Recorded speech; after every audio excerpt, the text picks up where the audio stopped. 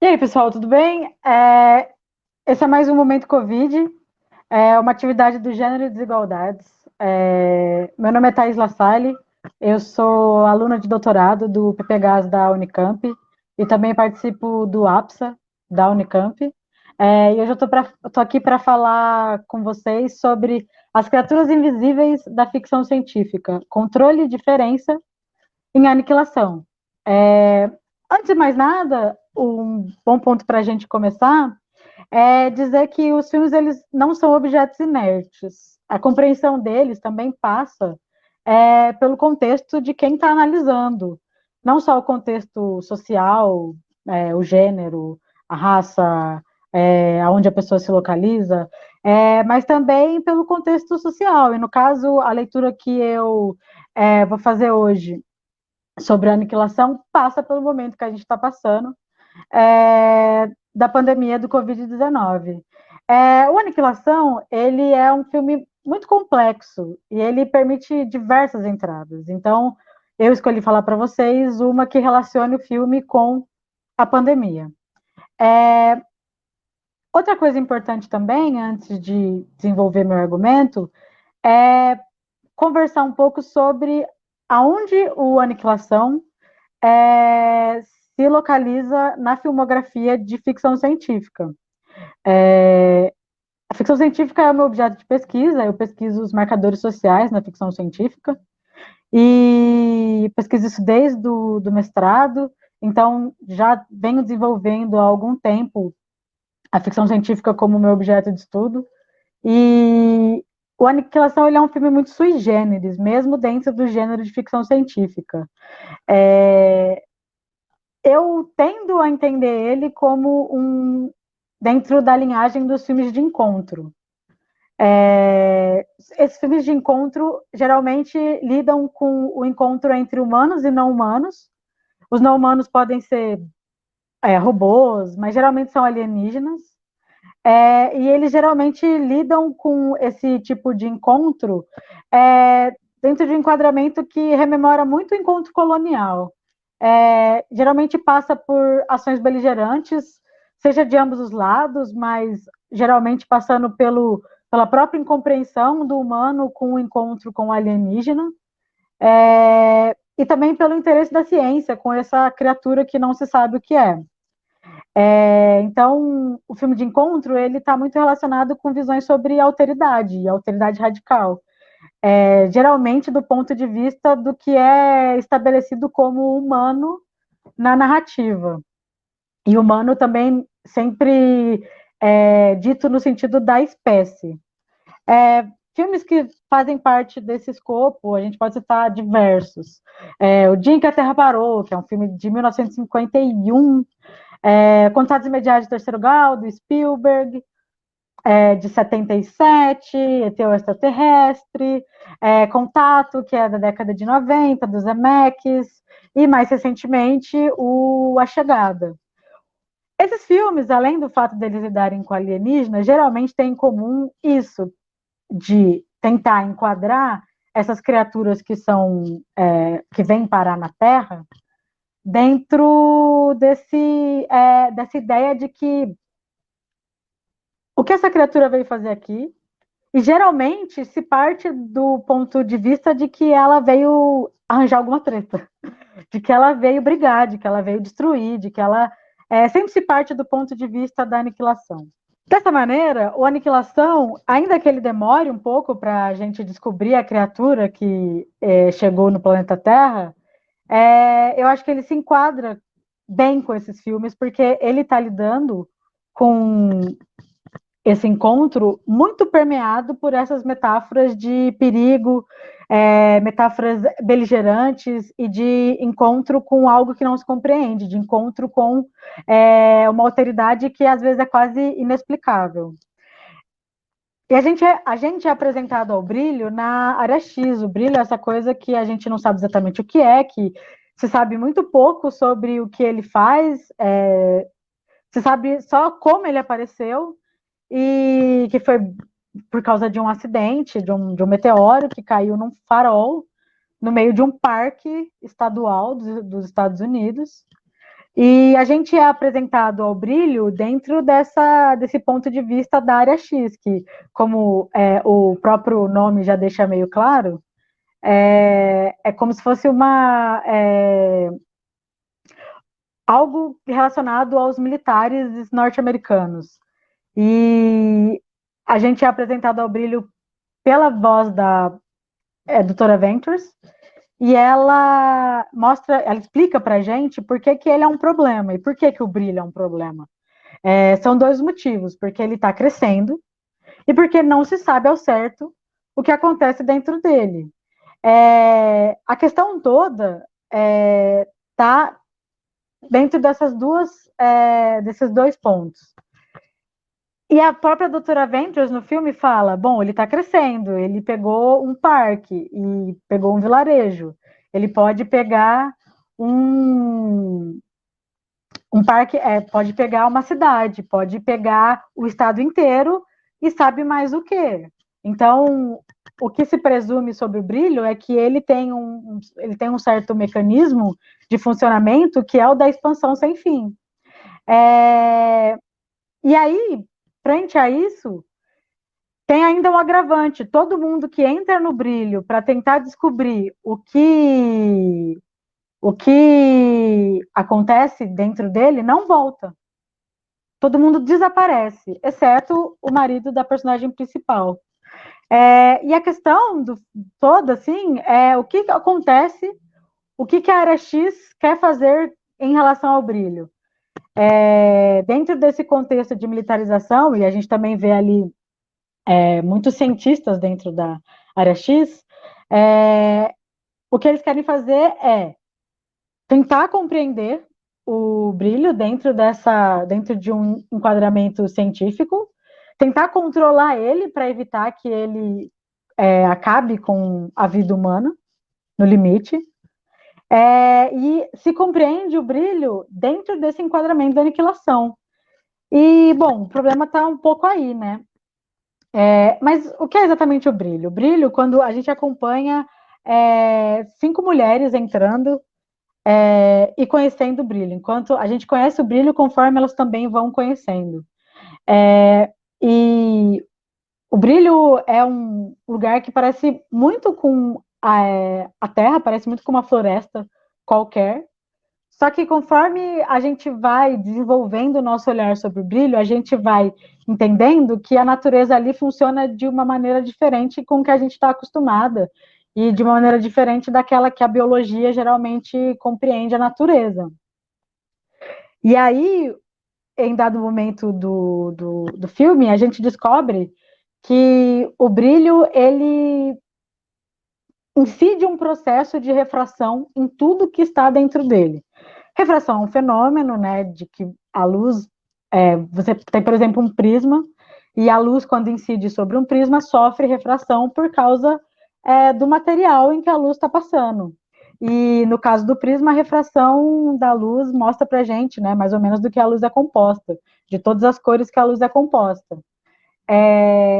Dentro do brilho, a lógica é mais ou menos a mesma, só que essa lógica, que geralmente está muito, que é muito específica para fenômenos físicos, ela acontece no nível da biologia. Então, os genes humanos e os genes de tudo que está dentro do brilho acaba sendo também refratado.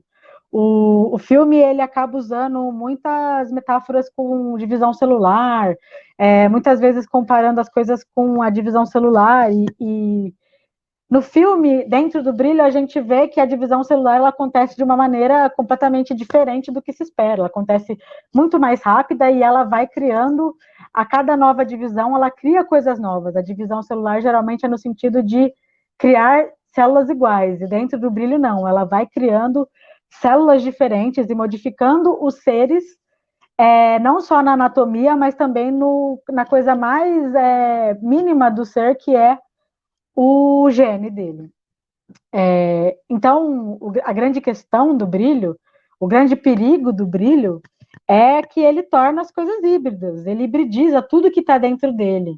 E geralmente o conhecimento científico e o controle estatal, como a gente vê na área X, ele não consegue abarcar essas coisas que são as coisas híbridas. E eu, dentro do meu ponto de vista, da análise que eu pretendo desenvolver sobre o filme, eu acho que dá para entender o Brilho um pouco como a pandemia do Covid-19. A gente está passando por um momento em que a gente está tendo que lidar com um vírus, que é uma coisa invisível, e a gente não tem muito como controlar o que acontece com a nossa biologia quando a gente entra em contato, e a gente não tem nem como saber se entrou em contato, assim como as pessoas dentro do Brilho, que acabam descobrindo o que está acontecendo com elas no decorrer do desbravamento do Brilho. E isso me lembra muito uma frase do Foucault, do Vigiar e Punir, né, que ele fala: contra a peste, que é a mistura. A disciplina faz valer seu poder, que é a análise. E toda a questão ao redor do Brilho é isso, de entender esse hibridismo que o Brilho provoca como uma coisa completamente ruim, em que as personagens dentro do Brilho, que são cientistas, tem uma médica, também uma psicóloga, elas tentam a todo momento ir abarcando o Brilho dentro dos próprios conhecimentos delas, e muitas vezes o Brilho escapa disso, que é mais ou menos o que a gente tem passado com a pandemia. A gente não consegue abarcar as coisas que estão acontecendo com o coronavírus no nível das nossas minúcias biológicas, e isso tem criado problemas para a gente, né? E o filme, reiteradamente, ele se utiliza de metáforas ligadas com a reprodução celular. E ele também associa muito a reprodução celular com o câncer, porque, de certa maneira, existe um paralelo entre o que o câncer faz com as pessoas e com o que o brilho faz com as pessoas.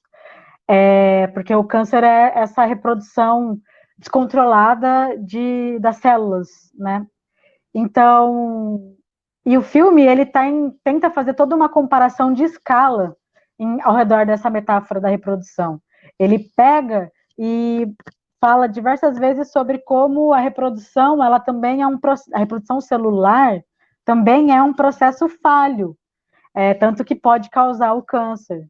E, ao mesmo tempo, coloca isso dentro de uma chave que é da autodestruição, como se a autodestruição que pode ser resultado da reprodução celular tivesse um paralelo com a autodestruição que as personagens do filme estão passando ali, convivendo com o brilho. Porque, frente a esse universo completamente desconhecido, cada uma das 5 personagens reage de uma maneira. Uma delas morre, acaba morrendo por acidente, tendo uma morte violenta. Outra, que é a paramédica, a Anya, ela acaba enlouquecendo, ela não consegue lidar com as coisas com a percepção de que a própria biologia dela está sendo perturbada, e ela acaba enlouquecendo, o próprio começa a entrar num estado paranoico que acaba resultando na morte dela também. É possível também, dentro da visão do filme, aceitar simplesmente a assimilação, compreender que o brilho é essa coisa que vai tornar tudo dentro dele híbrido mesmo, e aceitar se tornar um híbrido, mas o filme coloca isso como, de um ponto de vista, como se fosse passivo, e como se isso fosse um pouco negativo. Você pode encarar e tentar compreender o brilho dentro dele mesmo, né, que é o que a doutora Ventures, a psicóloga, tenta fazer, ou você pode enfrentar o brilho, que é o que a personagem principal, que a gente está acompanhando desde o começo do filme, tenta fazer. Ela está passando toda por uma questão de luto relacionado com o próprio brilho, e porque o marido dela entrou no brilho e acabou voltando, e ele acabou voltando diferente. Ele voltou como um duplo, quase. Ele não voltou ele mesmo. E a Lena, que é a personagem da Natalie Portman, tem toda uma questão com o brilho, porque o marido dela voltou do brilho e ela passou por um luto, né, do período que ele ficou dentro do brilho. Ela não teve informação nenhuma sobre ele, e ela estava vivendo, de certa maneira, um período de luto, imerso também em muita culpa, o que acabou levando ela a entrar no brilho, e o que acabou fazendo com que ela quisesse, de alguma maneira, ter uma revanche com o Brilho. Ela tinha ali uma questão mal resolvida do luto dela, que passava pelas questões da relação dela com o marido, com o Kane, e ela queria isso, ela queria enfrentar o Brilho. E aí a gente pode entender que o filme, de certa maneira, está querendo dizer o que pra gente? Ele está partindo de um ponto de vista de que a natureza humana é negativa, de que a natureza humana ela sempre vai tender à autodestruição. E aí também eu acho que isso relaciona completamente o filme à linhagem dos filmes de encontro. Porque é muito comum essa ideia nesse tipo de filme de que os humanos ou tem alguma coisa a aprender com essa criatura, que, por exemplo, acontece no ET extraterrestre, ou eles são parte do problema que entende essa criatura como ruim de início, que é, por exemplo, o caso do A Chegada, né? E é isso que me chamou muita atenção no Aniquilação, e é totalmente o modo com o qual eu relaciono ele com a pandemia. Será que o jeito que o filme trata o brilho é o único jeito mesmo que a gente tem de tratar uma coisa que a gente não conhece? É o único jeito que a gente tem de tratar uma crise científica, uma crise biológica, uma crise que está colocando em xeque as coisas mais basilares do que a gente considera humano? Será que esse é o único jeito? Será que a gente só pode ou morrer, ou enlouquecer, ou aceitar se assimilar de uma maneira passiva, ou lutar uma guerra que é totalmente vã, que não vai chegar em lugar nenhum, como é o caso da guerra que a Lena tenta travar? Será que realmente essas são as únicas possibilidades que a gente tem? E geralmente essas são as respostas que a ficção científica costuma dar para a gente. De que sim, o único jeito que a gente tem de lidar com as coisas que a gente não entende é mais ou menos dentro desse espectro, de que a gente ou tem que abrir mão de uma parte da nossa humanidade, ou a gente tem que aceitar a assimilação, ou aceitar o controle imposto por, enfim, externamente a gente, seja por organizações do governo, seja por uma ideia de combate que perpassa toda uma militarização da sociedade também, que também é muito comum desses filmes tratarem, que é muito presente no Aniquilação. Por exemplo, a gente vê as personagens o tempo inteiro com armas na mão e lidando, tudo que elas tentam combater, elas combatem na base do tiro. E a questão, isso é a Thaís tentando ver o filme de fora, né? Já falando para fora do filme. Será mesmo que a gente não pode tentar endereçar o problema para onde ele de fato está? Porque, e aí é o meu paralelo com a pandemia, o problema não é literalmente o vírus, é tudo o que acontece ao redor do vírus. Antes de mais nada, é o que permitiu o vírus acontecer, que é o desmatamento de biomas, a destruição de biomas, que é o aquecimento global, são as mudanças climáticas, tudo isso permitiu que o vírus chegasse até os humanos. Ao mesmo tempo, o vírus, quando começa a se espalhar pelo mundo, a gente começa a ver que a distribuição dele pelas populações ela não é igualitária. O vírus não é uma coisa igualitária. Ele mata pessoas, ele mata mais pessoas de certas camadas sociais, pessoas de certas raças. No Brasil, ele mata especificamente mais, em muito mais quantidade, as pessoas negras. Isso não é uma coincidência. Isso não está imediatamente ligado ao vírus. E, ao mesmo tempo, a gente tem acompanhado na mídia, de uma maneira geral, todo um esforço de tentar fazer com que essa tentativa de que o vírus não se espalhe seja totalmente vista dentro desse enquadramento do combate. Como se o problema, de fato, fosse apenas o vírus, sendo que não, o problema é o capitalismo, o problema são as estruturas sociais, o problema é a desigualdade. Então, de certa maneira, o que o Aniquilação chama atenção, na verdade, talvez seja a maneira como ele lida com o brilho. Será que o brilho seria, de fato, um problema se a gente encarasse ele de outra maneira? Então, é mais ou menos isso que eu tinha para falar para vocês hoje. Muito obrigada pela atenção.